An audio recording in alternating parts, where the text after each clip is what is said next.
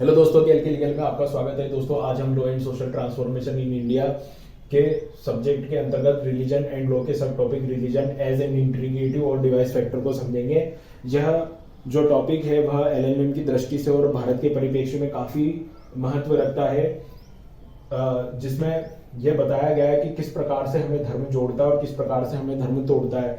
इस सारे टॉपिक को समझने के बाद में आपको पता लगेगा कि जो हमारे भारतीय संविधान की उद्देशिका प्रियम्बल में धर्मनिरपेक्ष और पंथनिरपेक्ष की अवधारणा दी गई है वो क्या है। तो दोस्तों शुरू करते हैं। सबसे पहले दोस्तों कि हमारे देश में अलग अलग प्रकार के धर्म, अलग अलग प्रकार की संस्कृतियां पाई जाती हैं। तो दोस्तों वो जो अलग अलग प्रकार की संस्कृति और धर्म है, उन्हीं के कारण ही हमारे देश में एक समन्वय स्थापित है, एकता स्थापित है। क्योंकि जब हम उन धर्मों के अंदर देखते हैं, मुस्लिम में जैसे सूफी संत परंपरा ने भारत देश को जोड़ने का कार्य किया है, उसी प्रकार से हिंदू धर्म के अंतर्गत हमारे रामायण महाभारत इस तरह उनके अंदर जो किरदार हम देखते हैं, जैसे राम भगवान को हम देखते हैं, महाभारत में हम अर्जुन, श्री कृष्ण और अन्य किरदारों को हम देखते हैं। तो उनके जीवन को जब हमारे जीवन में चरितार्थ करते हैं तो हमें वह जो है जीवन में दूसरों के प्रति प्रेम और सद्भाव सिखाते हैं। इसी प्रकार से हम बौद्ध धर्म को देखें, भगवान बुद्ध को हम पढ़ें, उसी तरह से हम सिख धर्म के अंदर गुरु नानक देव और गुरु गोविंद सिंह जी के बारे में पढ़ेंगे। तो इनके जीवन को जब हम पढ़ते हैं तो हम एक हमारे जो समाज में एकता स्थापित हुई है, इन्होंने कभी तोड़ने का कार्य नहीं किया है। तो इस प्रकार से जो धर्म है उसने समाज में एक समन्वयवादी दृष्टिकोण स्थापित करा है। नेक्स्ट है दोस्तों आध्यात्मक यानी कि शांति।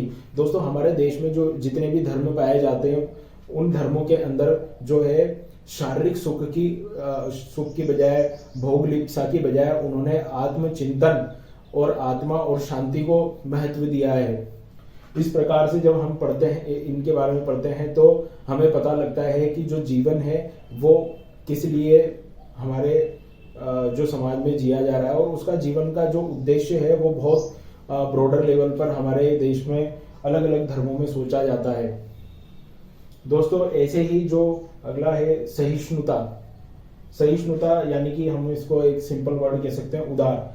दोस्तों हमारे जो धर्म है, अलग अलग प्रकार के धर्म है, उनमें जो है उदारता की नीतियां हमें देखने को मिलती हैं, दया भावना देखने को मिलती हैं। जैसे कि हिंदू धर्म में हम देखें तो परोपकार जो है वह सबसे बड़ा धर्म माना गया है। हम उसमें सिख धर्म में देखें तो गुरु नानक देव जी हैं और गुरु गोविंद सिंह जी हैं। उन्होंने अपना पूरा जीवन जो है दुनिया के लिए न्योछावर कर दिया और दूसरे धर्मों का भी उन्होंने बहुत सम्मान करा। जैसे कि जो हमारे गुरु जी हैं मथुरा के वृंदावन के गुरु शरण सिंह जी महाराज जो हैं, उनके पास में निहंग सरदार जब आए तो उन्होंने उनकी बिल्कुल रेस्पेक्ट करी, हाथ जोड़ के उनका अभिवादन किया और साथ में बैठकर भोजन प्रसादी ग्रहण करी। तो इस तरह से हमारे देश में एक भाईचारा है, सहिष्णुता है। और ये किस लिए है दोस्तों? क्योंकि हमारे जो धर्म है वो हमें सहिष्णु रहना यानी उदार रहना सिखाते हैं। इस प्रकार से जो धर्म है, धर्म की सहिष्णुता जो है वो हमें जोड़ती है। उसी तरह से दोस्तों जो आगे हम बढ़े तो विचार और आदर्श। दोस्तों हमारे जो धर्म है उनमें जो विचार और आदर्श हैं वो बहुत ही अपर लेवल पे बताए गए हैं, जो हमारे जीवन को सही मूल्य प्रदान करते हैं। जैसे कि हिंदू धर्म में हम कहते हैं कि सादा जीवन और उच्च विचारों को हमें अपनाना चाहिए। सर्वभौम सुखिनः की धारणा जो है हमारे धर्मों में बताई गई है, वसुदैव कुटुंबकम की धारणा हमारे धर्मों में बताई गई है। तो इस प्रकार से हमें धर्म जो है विचार और आदर्श के रूप में भी जोड़ने का कार्य करता है। जैसे आदर्श के रूप में हम मर्यादा पुरुषोत्तम राम का उदाहरण लें तो वो हमारे पूरे समाज के अंदर जो है उनका जो बहुत स्थान है वह जो है बहुत ही उच्च माना जाता है कि उनके आदर्शों का हमने 2% भी अपना लिया तो हमारा जीवन जो है वो सफल हो जाएगा। तो इस प्रकार से विचार और आदर्श हमें जोड़ते हैं। दोस्तों हमारे देश में जो है त्योहार उत्सव का काफी महत्व रहा है। विभिन्न धर्मों में अलग अलग प्रकार के त्योहार उत्सव हमारे यहाँ पर मनाए जाते हैं, जो कि हमारे समाज को जोड़ने का कार्य करते हैं। जैसे कि हिंदू धर्म में दिवाली जो है सबसे बड़ा त्योहार है, होली और मकर संक्रांति और आपके जो अन्य प्रकार के तीज त्योहार जो हैं वो मनाए जाते हैं, जिससे एक भाईचारा उत्पन्न होता है। उसी प्रकार से मुस्लिम धर्म में ईद मनाई जाती है, सिवैयाँ बांटी जाती हैं। सिख धर्मों के अंदर जो है जो लोहड़ी पर्व है जो बड़ी ही धूमधाम और आनंद से मनाया जाता है। आपस में लोगों के साथ में मिल बांट के जो है लंगर चखा जाता है। तो इस प्रकार से दोस्तों त्योहार और उत्सव जो धर्मों में पाए जाते हैं वो हमें और हमारे समाज को जोड़ने का कार्य करते हैं। दोस्तों इसी में एक और बड़ी चीज है कर्म एवं पुनर्जन्म का सिद्धांत।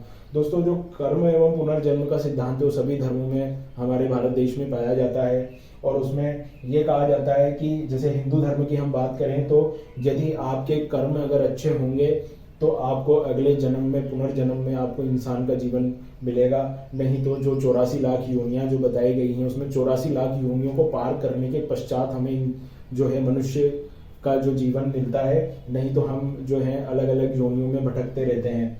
तो उस प्रकार से कर्म और पुनर्जन्म की जो थ्योरी धर्मों में बताई गई है उससे क्या है कि जो व्यक्ति हैं वो बुरे कार्य करने से पीछे रहते हैं, डरते हैं। तो दोस्तों ये जो सारी चीजें हुई ये तो हुई कि किस प्रकार से हमें धर्म जोड़ने का कार्य करता है। लेकिन दोस्तों धर्म जो है वह किस प्रकार से हमें तोड़ता है। धर्म की जो कोई भी धर्म जो है दोस्तों मैं आपको बता दूं, कोई भी धर्म जो है वो कभी किसी को जो है नुकसान पहुंचाने के बारे में नहीं बताता है। लेकिन जो उनका इंटरप्रिटेशन करने वाले लोग हैं वो इस तरह से आज धर्म की थ्योरीज इस तरह से हो चुकी हैं कि जो हमें तोड़ती हैं, हमारे समाज को जो है बिखेर रही हैं।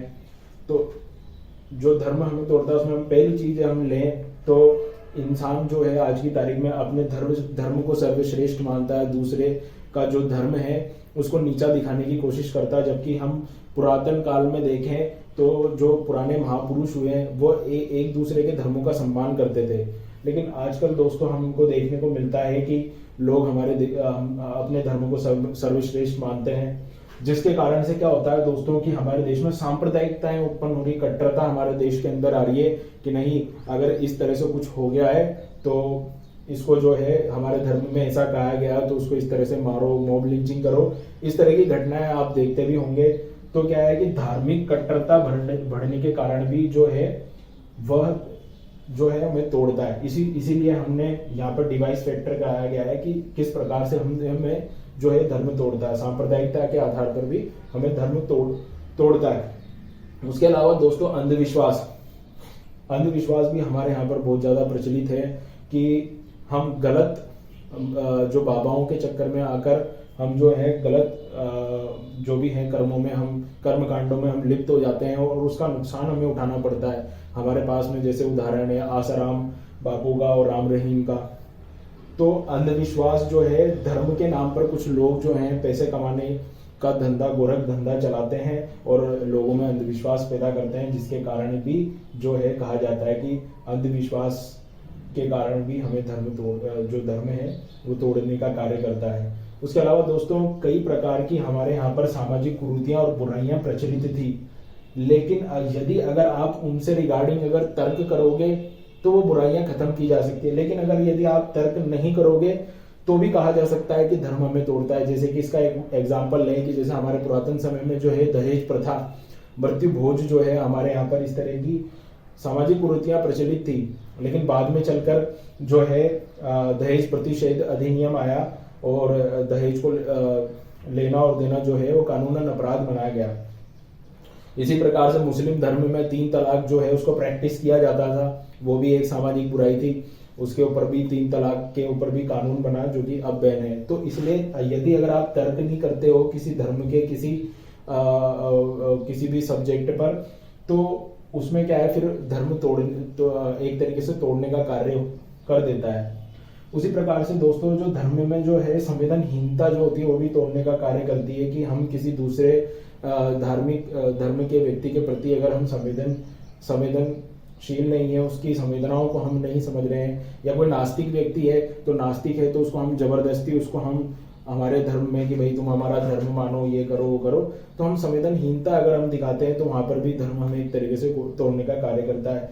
दोस्तों धर्म की जो थ्योरी रही है, धर्म तो ऐसी चीज है कि धर्म जो है हमारे आचार व्यवहार में दिखना चाहिए ताकि सामने वाला व्यक्ति हमसे इम्प्रेस हो और हमसे इम्प्रेस होके वो हमारे जैसा बनना चाहे। जैसे कि हम बड़े बड़े महापुरुषों के उदाहरण देखें, भगवान श्री राम, गुरु नानक देव, गुरु गोविंद सिंह जी का, भगवान बुद्ध का। तो इस तरीके से वो लोग जो थे बहुत ही संवेदनशील व्यक्ति थे, दया भावना करुणा भावनाएं उनके अंदर थी। इसी प्रकार से दोस्तों अंतिम टॉपिक है असहिष्णुता। दोस्तों असहिष्णुता जो है, जो मैंने यहाँ पर बताया था, उसी का अपोजिट है असहिष्णु, मतलब उदार न होना। यदि अगर हम धार्मिक परिप्रेक्ष्य में हम दूसरे के प्रति उदार नहीं रहेंगे, असहिष्णु रहेंगे, तो कभी भी कोई भी संस्कृति हमारे यहाँ पर लंबे समय तक जो है चल नहीं सकती। जैसे रोम और मिस्र की जो संस्कृतियां थी वो काफी पुरानी मानी जाती है, लेकिन वो असहिष्णु थी, इसलिए आज वो लुप्त हो चुकी है। और भारत देश में हमारे देश के अंदर अलग अलग संस्कृति और धर्म होने के बावजूद भी हम बहुत आगे चलते जा रहे हैं। और वैदिक परंपराओं के अनुसार आप हिंदू धर्म में देखें तो हम आज भी वैदिक परंपराओं के अनुसार हमारे विवाह अनुष्ठान जो है वो करते हैं। तो असहिष्णु भी एक तरीके से धार्मिक रूप से हमें जो है असहिष्णु वो तोड़ने का कार्य करता है। इसी तरह से दोस्तों कुछ हम कह सकते हैं कि कुछ अच्छाइयाँ, बहुत अच्छाइयाँ भी हैं, कुछ बुराइयाँ भी हैं। तो इन्हीं सभी को देखते हुए जो हमारे फ्रीडम फाइटर्स थे, जो हमारे संविधान सभा के सदस्य थे, उन्होंने जो है जो एक वर्ड जो है वो सोचा था कि हमारा जो स्टेट है वो किसी भी धर्म को नहीं मानेगा। आगे चलकर जो है हमारे देश के संविधान में जो है संवैधानिक संशोधन हुए और पंथ निरपेक्ष की अवधारणा और धर्म निरपेक्ष की अवधारणा को हमारे प्रियम्बल के अंदर रखा गया और बताया गया है कि जो भारत राज्य है वह किसी भी जो धर्म है वो उसका कोई धर्म नहीं होगा। इसका मतलब ये नहीं है कि वह दूसरे धर्मों का सम्मान नहीं करेगा, उसका मतलब ये है कि भारत देश जो है वो सभी धर्मों का सम्मान करेगा, सभी धर्मों को आगे बढ़ाएगा, लेकिन पर्टिकुलर भारत देश का कोई धर्म नहीं होगा। इसलिए पंथ निरपेक्ष की अवधारणा जो है वो दी गई, क्योंकि हमारे यहाँ पर अलग अलग संस्कृति और धर्म के लोग यहाँ पर रहते हैं, तो उन सभी का सम्मान करें। मुस्लिम धर्म हो, हिंदू धर्म हो, सिख धर्म हो, जैन धर्म हो, बौद्ध धर्म हो, तो उन्हीं सभी धर्मों का सम्मान हमारे देश के अंदर किया जाता है। ये हमारे देश की एक अनूठी पहचान है। तो दोस्तों इस तरह से जो है हमारा आज का टॉपिक था। मैं आशा करता हूं कि आपको बहुत अच्छे से समझ में आया होगा कि किस प्रकार से हमें धर्म जोड़ता है और तोड़ता है। बहुत ही सिंपल टॉपिक है, इतना कोई खास नहीं है। दोस्तों इसी तरह से हमारी LLM लेक्चर सीरीज से जुड़े रहने के लिए हमें लाइक एंड सब्सक्राइब करें। Thank you. जय हिंद।